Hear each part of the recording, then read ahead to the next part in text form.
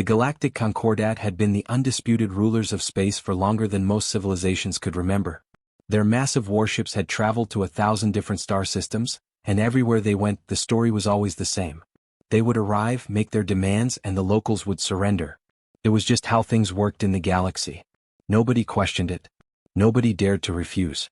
Commander Vessels.The had done this routine hundreds of times before. His patrol fleet spotted the human vessel near the outer edges of known space, a small exploration ship called the Defiant Spirit. To him, it was just another primitive species that needed to learn their place in the galactic order. He opened a communication channel, adjusted his uniform, and prepared to deliver the standard speech he'd given so many times it was practically automatic.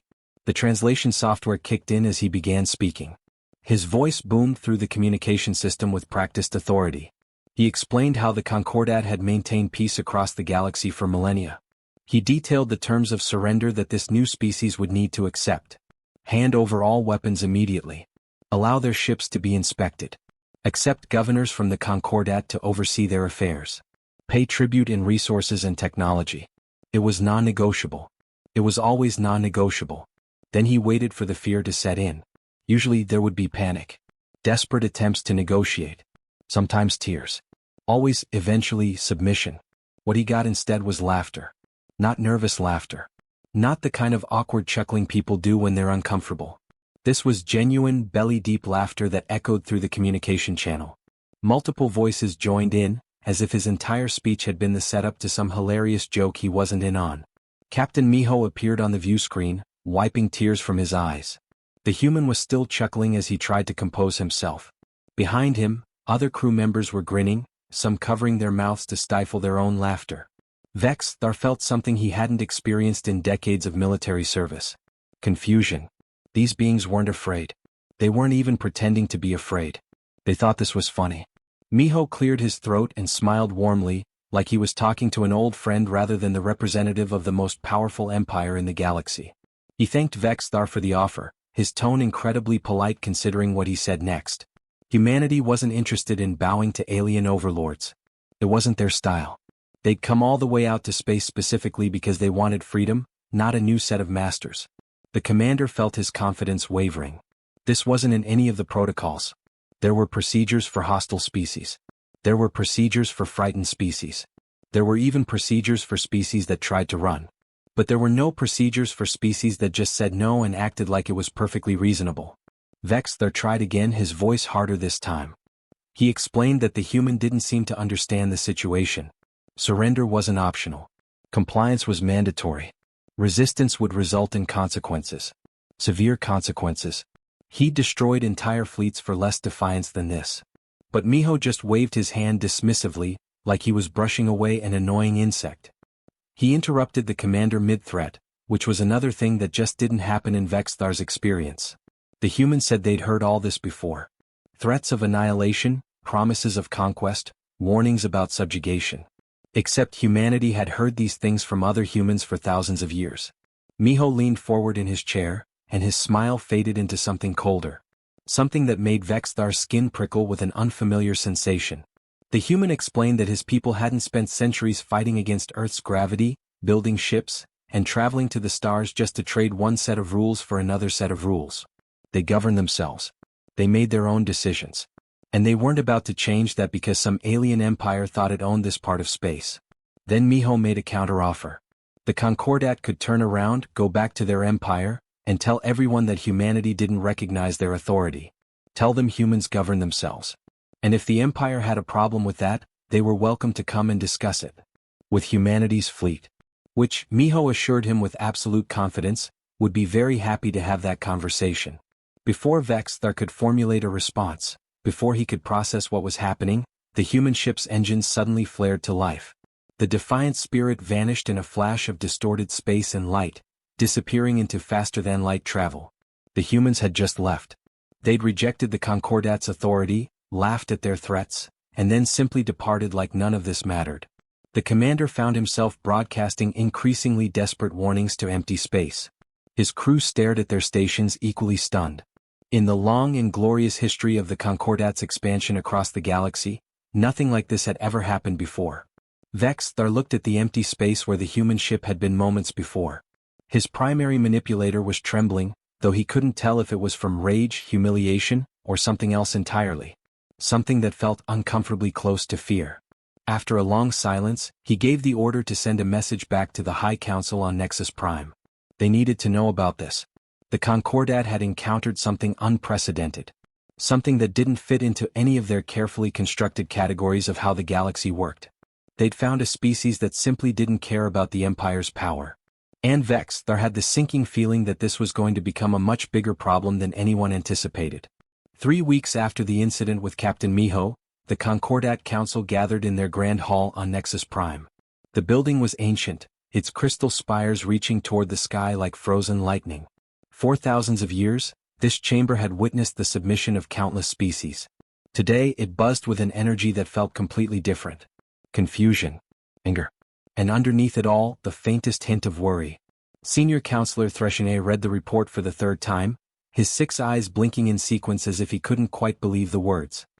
He looked up at Commander Vessels.The, who stood at attention in the center of the hall, and asked the question that seemed to break every assumption they'd ever made about how First Contact worked. The humans had laughed? Actually laughed at their demands? Vessels.The confirmed it, his voice tight with barely contained humiliation. They'd laughed, rejected every term, and then departed as if the entire Concordat fleet was beneath their notice. As if 50 warships in battle formation were no more threatening than a mild rainstorm. The council chamber erupted. Voices overlapped in a dozen different languages, all expressing variations of the same outrage. This couldn't stand. This was unprecedented. This was dangerous. For 10,000 cycles, the Concordat had maintained order through one simple principle. When they arrived at a new world, that world submitted. Always. Without exception. The entire structure of their empire depended on that certainty. But now a primitive species from a backwater star system had simply said no. And worse, they'd done it with laughter, as if the very idea of Concordat authority was some kind of joke. If word of this spread to their subject worlds, if the thousands of species living under Concordat rule learned that defiance was possible, the entire empire could fracture. High Inquisitor Krell rose from his meditation platform, his voice cutting through the chaos. The solution was obvious, he declared. They would assemble a proper invasion force. Not a patrol fleet but a battle group. 50 warships. They would travel to the human home system and deliver terms that left no room for misinterpretation. This time humanity would understand the price of defiance. The vote was unanimous. Every counselor agreed that an example had to be made. The galaxy needed to see what happened when you rejected the Concordat's authority. Krell personally volunteered to lead the mission. He'd spent 3 centuries bringing rebellious worlds back into compliance. These humans would be no different. 2 months later, Krell's armada arrived at Earth. 50 massive warships dropped out of faster-than-light travel in perfect formation, their hulls gleaming in the light of Earth's sun. They positioned themselves in orbit, casting shadows across human space stations and satellites. It was an overwhelming show of force, designed to inspire terror and immediate capitulation. Krell had prepared an official decree, sealed with the marks of all 12 council members. He'd spent weeks perfecting the wording. It detailed exactly what humanity's future would look like under Concordat rule. 75% of all resources would go to the Empire as tribute. Concordat governors would oversee all major cities and population centers. 90% of humanity's military forces would be dismantled. And Captain Miho, the human who dared to laugh at their first ultimatum, would be executed publicly as an example to others. He transmitted the demands and settled back to wait for the terrified response. In his long career, he delivered similar ultimatums to hundreds of worlds. The pattern was always predictable. First came denial. Then desperate attempts to negotiate. Then acceptance of the inevitable. It usually took a few hours at most. The communication channel opened. Krell straightened, preparing to receive Earth's surrender. Instead, he found himself looking at a middle-aged human male in a simple military uniform. The man was sitting in what appeared to be some kind of dining facility, eating noodles from a disposable container. Defense Coordinator Jihun looked up from his food, noticed the communication was active, and held up one finger in a universal gesture for wait a moment. He finished chewing, wiped his mouth with a napkin, and then smiled pleasantly at the camera. He apologized for the delay. It had been a long day, he explained, like he was chatting with a colleague rather than addressing the representative of a galactic empire. Then he asked, in a tone of genuine curiosity, what he could do for them. Krell felt his throat sack inflate with indignation. The audacity of this creature was beyond comprehension. He launched into an explanation of the decree's terms, his voice rising with each point. Did this human understand what was being demanded? Did he comprehend the consequences of refusal? Jehun listened patiently, setting down his chopsticks. When Krell finished, the human nodded slowly as if considering a mildly interesting business proposal. He repeated the terms back just to make sure he understood correctly. The Concordat wanted 3/4 of Earth's resources. They wanted their people running human cities. They wanted humanity's ships destroyed. And they wanted to execute one of humanity's best captains. That's correct, Krell confirmed, certain that finally the gravity of the situation was sinking in. Jehun's expression didn't change. He said humanity would need about 5 minutes to formulate an official response. Then, before Krell could object, the human muted the communication channel. Through the video feed, the High Inquisitor watched Jehun turn to someone off-screen and say something. Both humans laughed. They were laughing. Again. Krell's manipulators clenched in rage. These primitives were mocking the Concordat itself. They were mocking him. 5 minutes felt like an eternity as he watched the humans on the other end of the connection, casually going about their business as if 50 warships in orbit were no more concerning than clouds in the sky. Exactly 5 minutes later, the communication channel reactivated. Jehun's expression had changed. The casual friendliness was gone, replaced by something harder. Something that made Krell's ancient survival instincts whisper warnings. The human explained Earth's counterproposal in simple, clear terms. The Concordat fleet would turn around and leave the solar system within the next hour. In exchange, humanity wouldn't destroy them, and everyone could forget this embarrassing incident ever happened. It was a generous offer, Jehun assured him. The smart play. Krell couldn't believe what he was hearing. These creatures were threatening him? With 50 of the most advanced warships in the galaxy positioned above their homeworld? His voice cracked with disbelief as he asked how they dared make such threats. Jehun leaned forward, and Krell saw something in the human's eyes that would haunt him later. The man explained that the Concordat had been conquering species who'd never really fought before. Species that maybe had territorial disputes or minor conflicts, but nothing serious. Nothing that taught them how to truly kill each other. Humanity was different, Jehun continued. They'd spent 10,000 years perfecting warfare because they were exceptionally good at fighting themselves. They'd had global conflicts, nuclear exchanges, weapons that could end all life on their planet. And they'd survived all of it because they'd learned, adapted, and kept fighting even when extinction seemed certain. The human's voice was calm, almost conversational, but his words carried weight that Krell felt in his bones. Humans hadn't come to space because they were peaceful explorers. They'd come to space because they'd finally run out of people to fight on their own planet. And now the Concordat wanted to give them a new enemy? That was fine. Humanity was very, very good at having enemies. Jehun gave them 58 minutes to leave. Then the transmission ended.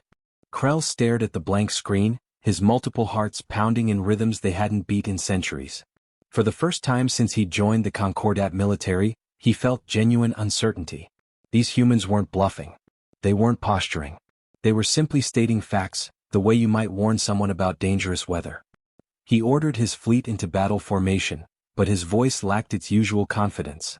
And deep down, in a place he didn't want to acknowledge, he wondered if humanity's counteroffer might have been the smart play after all. The Battle of Earth lasted exactly 17 minutes and 34 seconds. High Inquisitor Krell would remember that timing for the rest of his life, though he wished he could forget every single second of it. It started the way Concordat battles always started. Krell's flagship, the Eternal Dominion, fired a warning shot. A massive plasma bolt designed to demonstrate their superior firepower without actually destroying anything important. The blast lanced through space toward a human defense platform, the kind of shot that had made countless civilizations realize the futility of resistance. The platform wasn't there anymore. It had moved. Somehow, the humans had seen the shot coming and relocated their entire station before the plasma arrived. Krell's tactical officer reported this with obvious confusion in his voice. Their targeting systems were the best in the galaxy. Nothing should have been able to evade that shot. Before anyone could process what had happened, every alarm on every ship started screaming at once.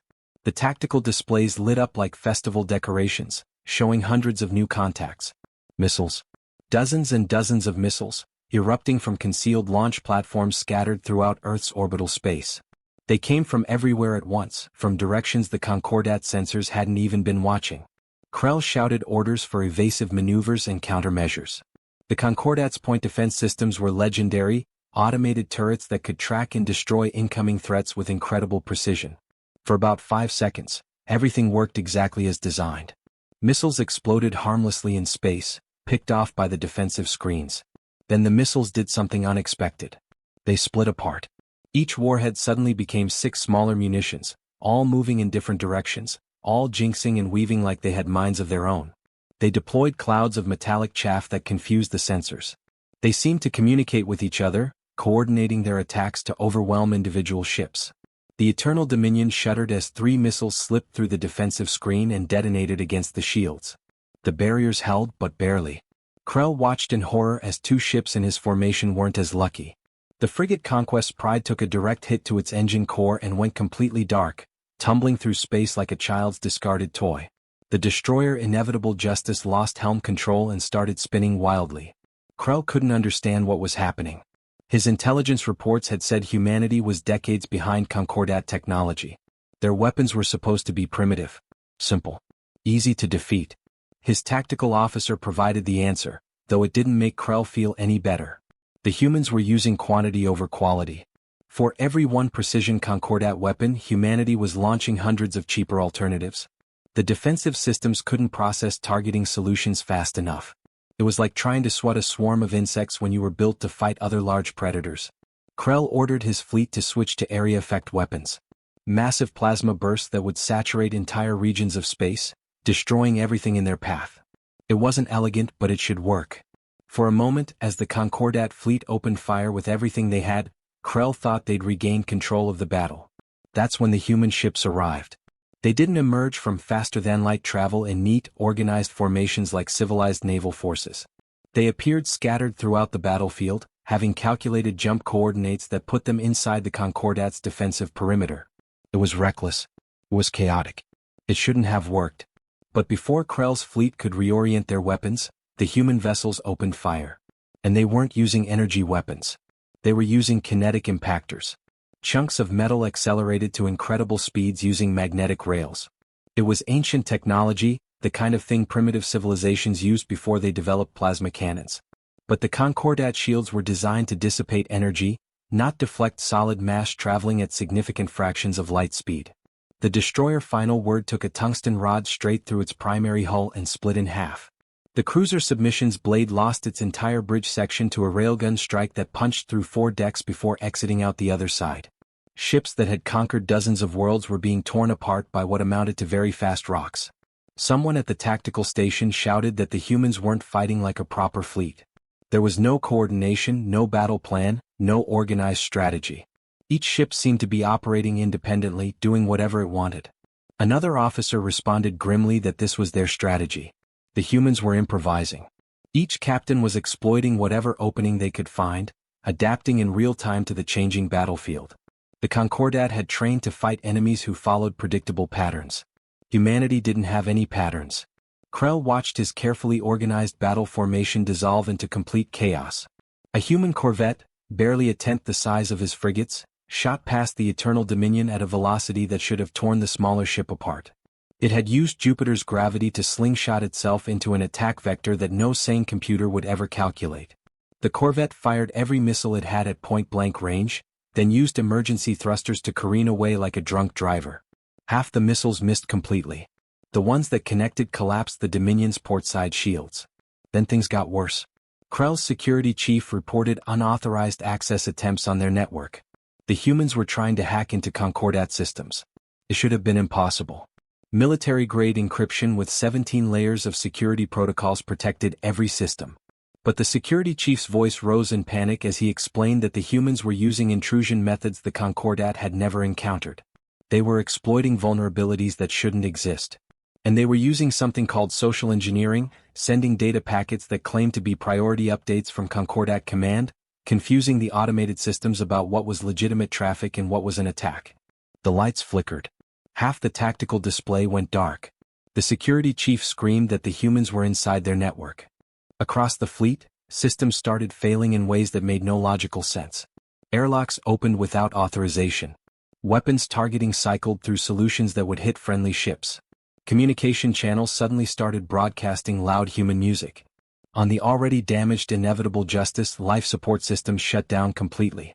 On the frigate Righteous Fury, the navigation computer went haywire and fired all maneuvering thrusters at once, sending the ship into a violent spin. And then, impossibly, Krell's own airlock cycled open. He stared in disbelief as 6 humans in combat armor walked onto his bridge, carrying weapons that looked crude compared to Concordat plasma rifles but were pointed with very clear intent.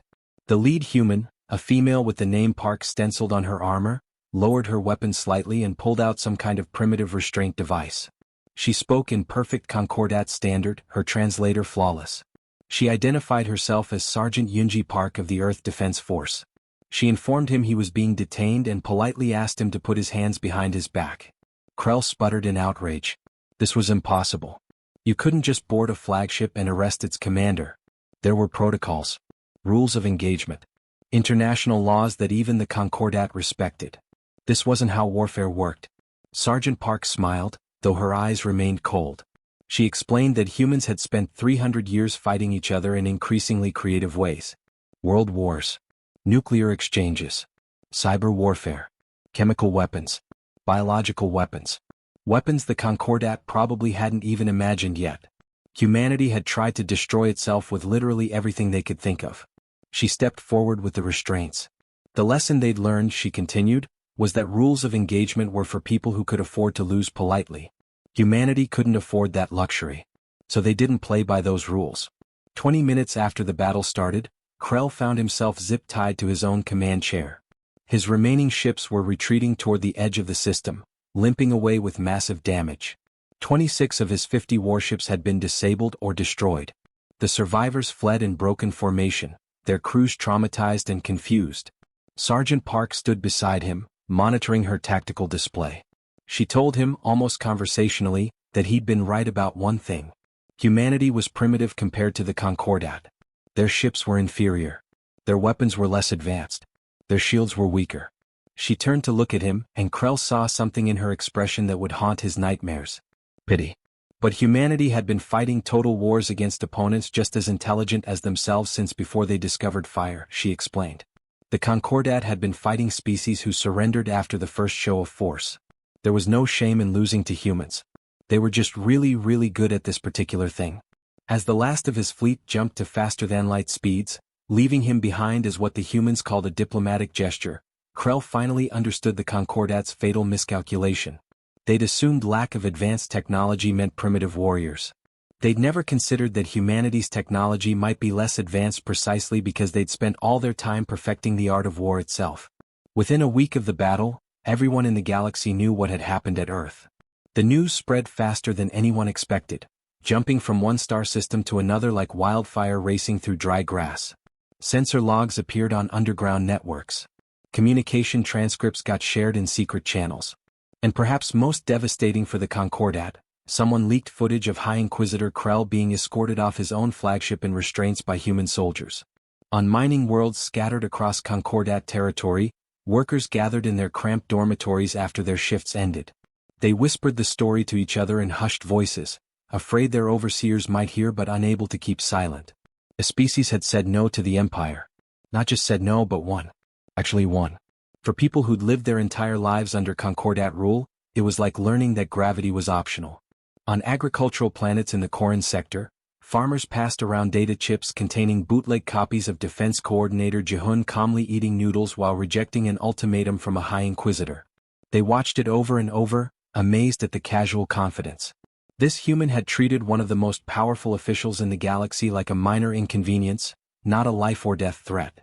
On 1,000 subjugated worlds, people who'd been taught that Concordat authority was absolute and eternal began asking a question they'd never dared voice before. What if we said no? What if we simply refused? If these humans could do it, why couldn't others?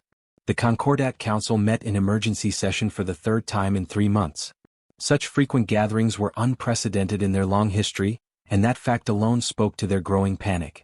The great crystal hall that had witnessed the submission of countless species now echoed with voices tight with worry. Senior Counselor Threshenake delivered the casualty report, his voice hollow and tired. 17 ships completely destroyed. 9 more damaged so badly they'd need months of repairs. And Krell returned to them in a human shuttle, physically unharmed but psychologically devastated. The Great High Inquisitor now flinched at loud noises and had trouble sleeping. The humans had broken something fundamental in him. But the military losses weren't what truly terrified the council. Another counselor stood to deliver even worse news. Their intelligence services were reporting increased unrest on 47 different worlds. There had already been 3 uprisings. Small ones, quickly contained, but they'd all cited the human victory as proof that the Concordat could be resisted. The Empire's grip on its territory was weakening. War Marshal Vessels.The slammed his manipulator against the council table hard enough to crack the ancient stone. The solution was obvious, he declared. They would crush these humans so thoroughly that no one would ever dare to defy the Concordat again. They would assemble the Grand Armada. 300 warships. The largest fleet in their entire recorded history. They would show the galaxy that the human victory had been a fluke, a lucky accident that would never be repeated. The council chamber fell into heavy silence. 300 ships meant stripping defenses from border regions that had been protected for centuries. It would cost more resources than most military campaigns in living memory. It would leave them vulnerable to threats they hadn't even considered yet. But what choice did they have? If they let humanity's defiance stand, the entire empire could collapse from within. The vote was unanimous, though several counselors looked sick as they cast their approval. They would send one final ultimatum to Earth. 7 days to surrender unconditionally or face total extinction. This time there would be no negotiations, no second chances, no mercy. The message went out across every available frequency, broadcast in every known language, transmitted through channels both official and unofficial. The Concordat wanted the entire galaxy to hear this ultimatum and understand what happened to species who challenged the Empire. This was meant to be a lesson that would echo for millennia. On Earth, Defense Coordinator Jehun received the transmission in his office. Captain Miho stood beside him, along with Ambassador Daehun, humanity's newly appointed representative to the wider galactic community. The 3 men watched the ultimatum in silence. Miho let out a low whistle when it finished. 300 ships, he noted. That was significant. Actually, that was terrifying. Jehun pulled up intelligence reports that human scouts had been gathering. He corrected Miho. 300 ships wasn't just significant. It was everything the Concordat had. They'd confirmed that the Empire was stripping defenses from across their entire territory. This wasn't about conquering Earth anymore. This was about sending a message to every species under their control. Ambassador Daehun asked the obvious question. What could humanity possibly do against those odds? They'd barely survived fighting 50 ships. 300 was mathematically impossible. Jehun leaned back in his chair and a cold smile crossed his face. They weren't going to fight the Concordat fleet, he explained. They were going to show the galaxy exactly what the Empire was really afraid of. 72 hours later, Earth's response broadcast across the same channels the ultimatum had used. But humanity didn't send a simple message of defiance or surrender. They did something far more devastating. They released their history. The galaxy watched, horrified and fascinated in equal measure, as humans shared footage of their wars. Not sanitized historical documentaries or strategic analyses. The raw, unfiltered reality of human conflict. Trenches from the world wars where soldiers fought for years over meters of mud. Nuclear explosions from the atomic age where entire cities vanished in seconds. Cyber attacks that collapsed national economies without firing a single shot. They showed the 100 Days War, where 2 human nations fought each other to complete economic destruction using autonomous weapons systems. They showed the climate wars, where humanity nearly wiped itself out fighting over water and food. They showed the Mars Rebellion, where colonists and Earth forces battled in environments that would kill unprotected humans in seconds. Species across the galaxy watched in stunned silence. Many had conflicts in their history, but nothing like this. Nothing so sustained, so creative, so absolutely committed to mutual destruction. The humans hadn't just fought wars. They'd industrialized warfare. They'd turned killing each other into a science. At the end of the compilation, Ambassador Daehun appeared on screen, his expression grave and serious. He addressed the Concordat Council directly. For thousands of years, he explained, they'd ruled through intimidation. It had worked because the species they encountered had never experienced total war. They didn't understand what it meant to fight when survival itself was at stake, when losing meant extinction, when every resource and every person was committed to the conflict. Humanity understood, Daehun continued. They'd been practicing extinction-level conflicts since they learned to make fire. They'd survived plagues they created. Nuclear winters they triggered. artificial intelligence uprisings they barely contained. They'd fought total wars against opponents just as smart, just as determined, and just as desperate as themselves. The transmission shifted to show Earth's orbital space, where hundreds of human ships were assembling. They looked crude compared to Concordat vessels. Many were barely more than weapons platforms with engines attached. Some appeared to have been built in weeks rather than years. But there were so many of them, and more were being constructed every day. Daehoon's voice cut through the images. The Concordat was assembling 300 warships, their entire military might, to destroy one species who'd refused to kneel. But they needed to understand what they were truly facing.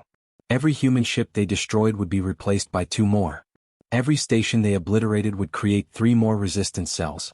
Every world they burned would inspire 10 more to rise against them. Humanity didn't surrender when extinction was the alternative, he explained. They fought until they won, or they took their enemies down with them. That wasn't bravery. That wasn't heroism. That was just what you did when you'd already survived the apocalypse several times before. The transmission ended with a final image. The wreckage of Krell's fleet, still floating in Earth's orbit, preserved as a memorial and a warning. Across the galaxy, reactions varied wildly. Some species recoiled in horror at the brutality of human history. Others began quietly organizing, inspired by the possibility that the Concordat could be resisted. A few brave civilizations even began reaching out to Earth with careful messages asking about alliances. On Nexus Prime, the Concordat Council watched the transmission 3 times. Each viewing was more sobering than the last.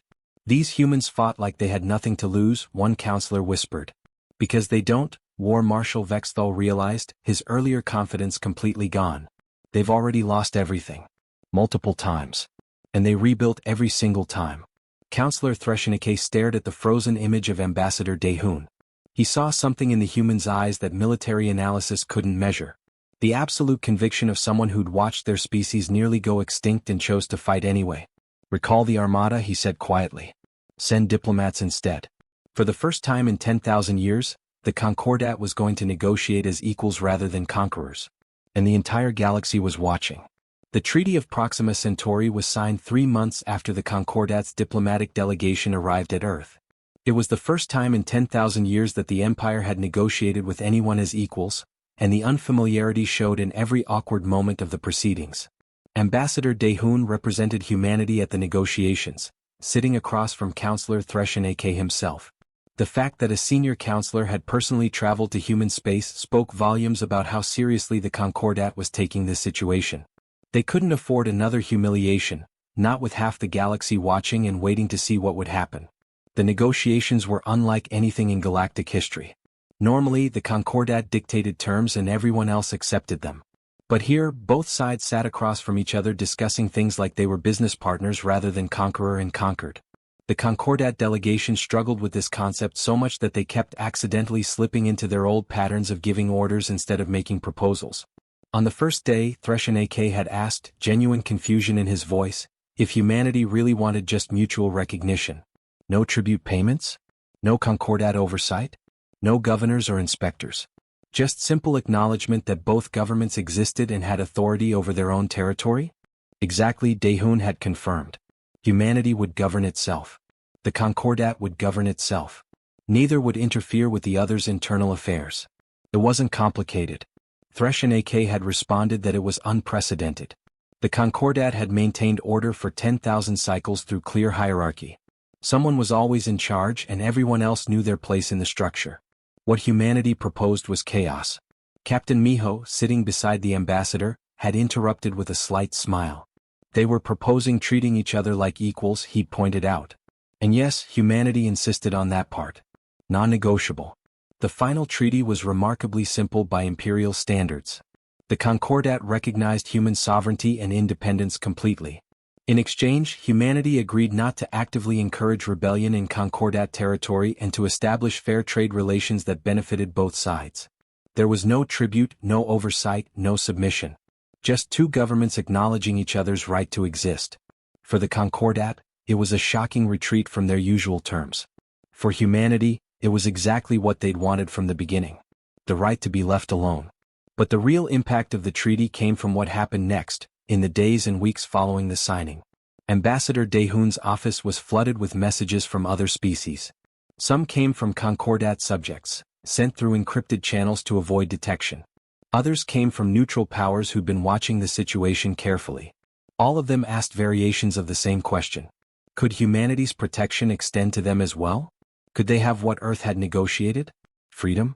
The first official request came from the Koran, the agricultural species that had spent 3 centuries under Concordat rule. Their delegation arrived at Earth nervous and uncertain, expecting humans to demand the same kind of tribute and control that the Empire had required. After all, that was how power worked in the galaxy, wasn't it? The strong ruled the weak. That was just the natural order. Commander Sujin, humanity's director of interstellar relations, met with them personally. She reviewed their proposal for a mutual defense pact and looked up with a friendly smile. So they wanted protection from Concordat retaliation, technology sharing agreements, and recognition of their independence? The lead Koran representative nodded, his translator picking up the anxiety in his voice. They could offer substantial agricultural production, raw materials, access to their star system's resources. Whatever humanity wanted in exchange for protection. Sujin leaned back in her chair and made a counter-proposal.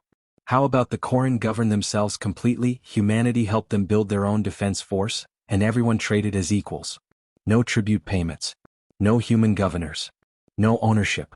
Just allies helping each other out. The Koran representative stared at her like she'd suggested something physically impossible. But why would humanity do this, he asked. What did Earth gain from such an arrangement? Sujin's answer was simple and honest. Trading partners who didn't resent them seemed nice. Allies who chose to work with them rather than being forced to. A galaxy where people govern themselves instead of living under empires. That seemed like a pretty good deal to her. The Koran weren't the only ones. Within a year, 15 former Concordat subjects had signed similar agreements with Earth. Within 5 years, that number grew to 47. They started calling themselves the Free Worlds Coalition, though it wasn't really an empire or even a formal government. It was more like a group project with independent civilizations working together because they wanted to, not because anyone forced them. The Concordat watched their territory shrink and their authority erode with each defection. They faced a choice that empires rarely have to make. Adapt or collapse. Fight everyone and lose everything, or change and maybe survive. They chose adaptation. Slowly, painfully, the empire began reforming itself. Tribute became taxes that actually funded services. Governors became advisors who could be removed. Absolute rule became negotiable. It was excruciating for a civilization built on dominance, but the alternative was watching their entire territory join the coalition. 10 years after Captain Miho had laughed at Commander Vessels.The's first ultimatum, Ambassador Daehoon stood in the new Galactic Assembly Hall. It was a joint council where the Concordat, the coalition, and neutral powers met to discuss interstellar affairs. The meetings were chaotic, full of arguments and disagreements, but they were meetings. Conversations. Not one empire dictating terms to everyone else. After one particularly heated session about trade routes, Councillor Threshanake approached Daehoon privately. The old councillor looked tired but somehow lighter than he had years before, as if a weight had been lifted. He told Daehoon that he'd been reviewing historical records, trying to understand how the Concordat had missed the signs. How they'd failed to recognize what humanity truly represented before challenging them. Daehoon asked what conclusion he'd reached. Threshaneke's response was thoughtful. They'd grown complacent, he admitted. 10,000 cycles of easy victories had made them forget what it meant to face an opponent who refused to lose. Humanity hadn't just defeated their fleet. They'd defeated the Concordat's certainty, their assumption that power and authority were the same thing. Daehoon nodded. Power was the ability to destroy things, he explained. Authority was getting people to obey. Humanity had shown the galaxy that you could have tremendous power even without authority, especially if you had nothing left to lose. Threshanake asked the question that clearly troubled him. The coalition now looked to Earth for leadership.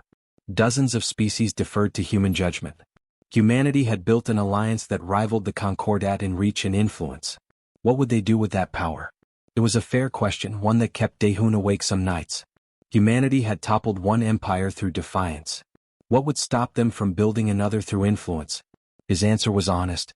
They'd try not to mess it up. Humans had a pretty mixed track record with power. They'd built democracies and dictatorships, utopias and dystopias, sometimes simultaneously. But they'd learned one critical lesson from 10,000 years of fighting themselves. Freedom was fragile, power corrupted, and the moment you stopped questioning your own authority was the moment you became the villain. Threshanake observed that the Concordat had spent millennia building an empire, while humanity had spent the same time building philosophies. Among other things, Daehoon confirmed. Philosophies, mistakes, atrocities, redemptions, and lots of second chances. That was humanity's real specialty. Messing up, learning from it, and trying to do better next time. As he walked back to his quarters, Daehoon passed a viewing gallery where young members of various species mingled together. A human engineer showed a Koran technician something on a data pad, both laughing at some shared joke. A group of mixed species sat together just talking like friends. These casual interactions would have been impossible under the old order. This was what they'd been fighting for, Daehoon realized. Not dominance. Not revenge. Just the simple idea that everyone deserved the right to govern themselves and choose their own friends. His communication device chimed with a message from Admiral Miho, who now commanded humanity's defense fleet. The message was casual and friendly. 3 more species were asking about defense pacts, and the Concordat wanted to discuss joint training exercises. Joint training. Miho couldn't believe it. He offered to buy Daehoon a drink to celebrate not being extinct. Daehoon smiled and typed back that Miho was buying, since he was still paying off the therapy bills from those early negotiations. That evening, sitting in an orbital station bar with Miho, Sujin, and a mixed group of humans and aliens who'd become genuine friends, Daehoon raised his glass. To laughing at impossible odds, he said. To being too stubborn to quit, Miho added. To surviving ourselves long enough to make friends in the galaxy, Sujin finished. They drank together, and across the galaxy the new order continued taking shape. It wasn't perfect. There were still conflicts, still disagreements, still species who preferred the old ways. But those conflicts got resolved through negotiation more often than conquest now. Humanity hadn't just refused to kneel. They'd shown everyone else that standing up was possible. And sometimes, in the vast darkness of space, that was enough to change everything.